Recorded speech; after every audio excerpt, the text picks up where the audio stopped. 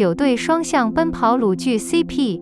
吴磊和赵露思为爱情赌上性命，虞书欣和王鹤棣都为爱情受尽折磨。吴磊、赵露思主演《星辰大海》，虞书欣、王鹤棣主演《苍兰诀》，都是2022年暑期档的热门 CP 组。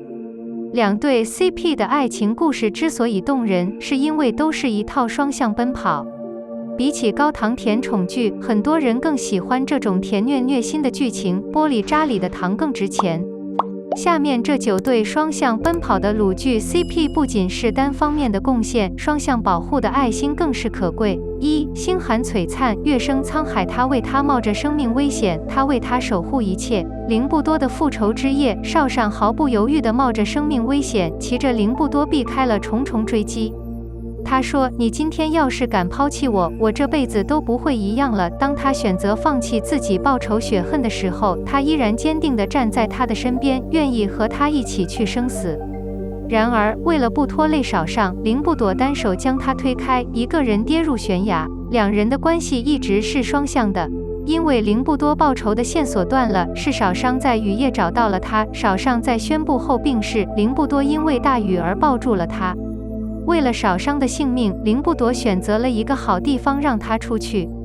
5年后，为了少商，他帮助程家乃至袁家解决一切困难，只为少商心安。少上也为了凌不多将自己囚禁在长秋宫5年，不仅是为了陪伴玄后，也是为了赎回凌不多背叛玄后的罪过。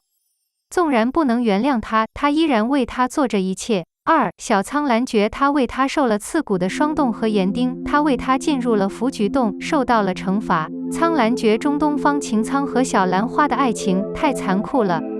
为了让越族接受小兰花，东方晴苍甘愿承受9根刺骨双严钉。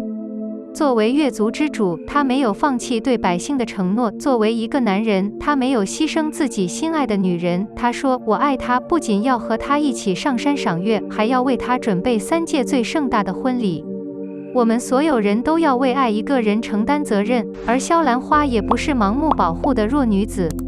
她愿意进入伏菊洞接受惩罚，以自己的方式赢得越族的尊重。当东方晴苍忍受着刺骨的冰霜和严钉的痛苦时，小兰花留在了殿外陪着他。当小兰花受到伏菊洞的惩罚时，东方晴苍也与他一同受苦。我既然不能为他承受一切，又怎能让他一个人受苦？这对 CP 的爱真的很好。3. 周生若，他护送他，他舍命陪他。周生辰和石毅太狠了。罗师仪从小就在南辰宫学习艺术，爱上了自己的师父周生辰，但他和太子从小就立下婚约，周生辰发誓不娶不留孩子。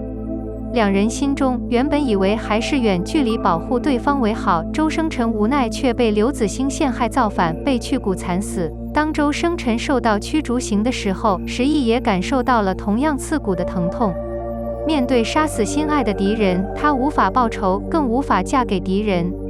大婚之日，他跳下城墙，道：“请让我女儿放弃姓氏，从族谱中除名。”从此，骆家没有不孝的女儿，石毅只是南辰宫第11位。4. 所以我很爱你，他变成了他的眼睛，他把他带出了黑暗。原来我很爱你。苏念群和桑无烟双向守护的爱情也很感人。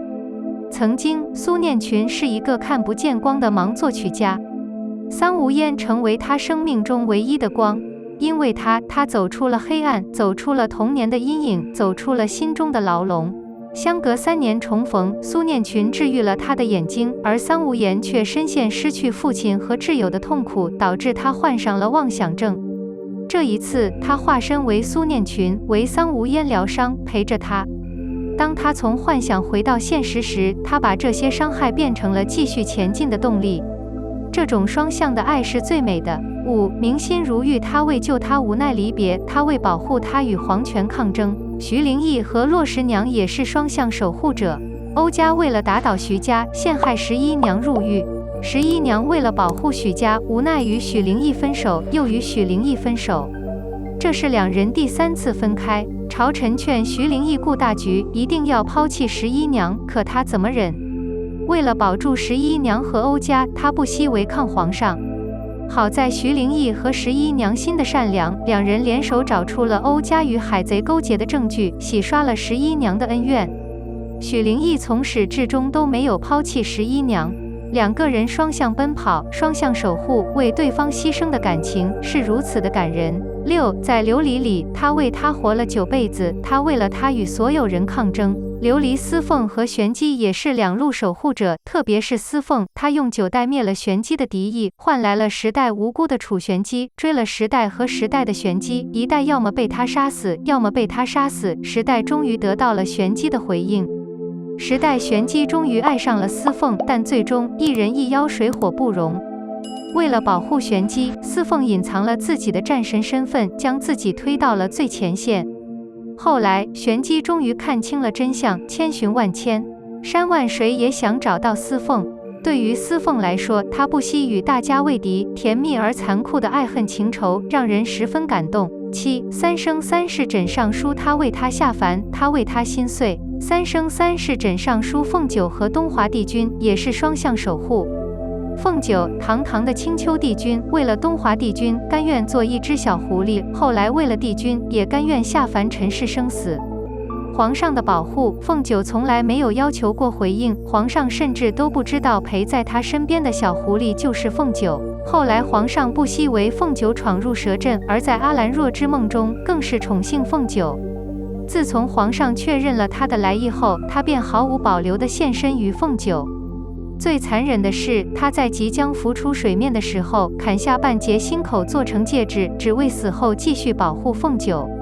因为凤九曾经说过，青丘的男人会割心来证明自己的爱，但皇上真的割心了，说明他对凤九无尽的爱是甜蜜的，是虐的。8. 天上白蛇传，他等了他1000年，他为他而死。白蛇传中，白瑶瑶和许玄的爱情也是甜蜜虐心。白瑶瑶为许宣寻找了1000年，他偷仙草救许宣，不惜触犯天道。大结局中，许宣为了保护雷峰塔中的白瑶瑶，将仙骨化为血，为的是去除白瑶瑶身上的魔气，并让法海亲自照顾白瑶瑶。化血为仙骨的方法并不能一次性将魔气彻底消除，而徐玄需要时不时地经历一次痛苦，才能彻底消除白瑶瑶的恶魔梦魇。许宣没有为白瑶瑶回头，甘愿被歼灭。后来，白瑶瑶终于走出了雷峰塔，她在断桥上等了许宣7天7夜，许玄还没来，她就从桥上跳了下去，超级残忍。然而，屏幕刚一转动，就看到白发苍苍的许宣来接白瑶瑶。开放式的大结局其实让很多剧迷看不懂。9. 陈希元，他为他放弃5种感官，他为他挖心保命。陈希元、九晨和灵犀也在不断地为对方牺牲，双向的爱情超级残酷。九晨为了保护灵犀的不死之身，用能护心的女娲石代替神农鼎抵御邪灵，再用神农鼎来救灵犀。他不仅拯救了灵犀，还选择了牺牲自己来拯救世界。而灵犀与人做了一笔交易，用听觉换取火神之火灵，治疗九晨寒症。一个为爱挖心，一个为爱充耳不闻，却谁也不知道对方为对方做了什么，默默守护，双向奔跑，这样的爱让人感动。